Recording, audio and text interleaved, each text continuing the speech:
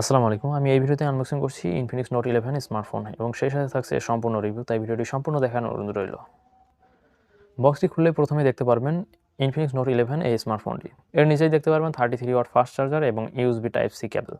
এরপর দেখতে পারবেন একটি আকর্ষণীয় কেস, যেটি খুব সুন্দর দেখতে। এবং পরিশেষে দেখতে পারবেন একটি সিম কার্ড টুল, ফেক ডলার এবং একটি স্ক্র্যাচ কার্ড। ফোনটির পিছনে ব্যবহার করা হয়েছে আকর্ষণীয় ডিজাইনের সাথে টেক্সচার এবং অ্যান্টি ফিঙ্গারপ্রিন্ট হয় কোনো প্রকার হাতের ছাপ বসবে না। ফোনটির ফ্রেমের আকৃতি ফ্ল্যাট। ফোনটির ফ্রেম ও ব্যাক সাইডে ব্যবহার করা হয়েছে প্লাস্টিক।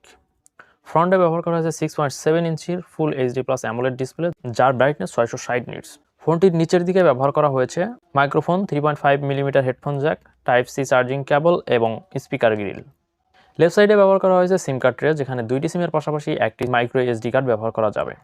উপর সাইড সম্পূর্ণই ফাঁকা, কোনো কিছু ব্যবহার করা হয়নি। রাইট সাইডে ব্যবহার করা হয়েছে ভলিউম আপ ডাউন বাটন এবং পাওয়ার বাটনের সাথে ফিঙ্গারপ্রিন্ট সেন্সর। সামনে সেলফি ক্যামেরা হিসেবে ব্যবহার করা হয়েছে 16 মেগাপিক্সেলের সেলফি ক্যামেরা এবং পাশেই রয়েছে ডুয়াল এলইডি ফ্ল্যাশ লাইট।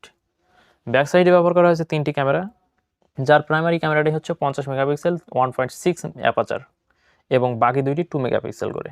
এছাড়াও রয়েছে কোয়াড এলইডি ফ্ল্যাশ লাইট। এখানে এসওসি হিসেবে ব্যবহার করা হয়েছে মিডিয়াটেক হিলিও G88। ব্যাটারি হিসেবে ব্যবহার করা হয়েছে 5000 মিলিঅ্যাম্পিয়ারের ব্যাটারি এবং চার্জিং হিসেবে ব্যবহার করা হয়েছে 33 ওয়াট ফাস্ট চার্জিং। এখানে অপারেটিং সিস্টেম হিসেবে ব্যবহার করা হয়েছে Android 11 এর সাথে XOS 10। লাস্ট বলা যাক এর কানেক্টিভিটি সম্পর্কে।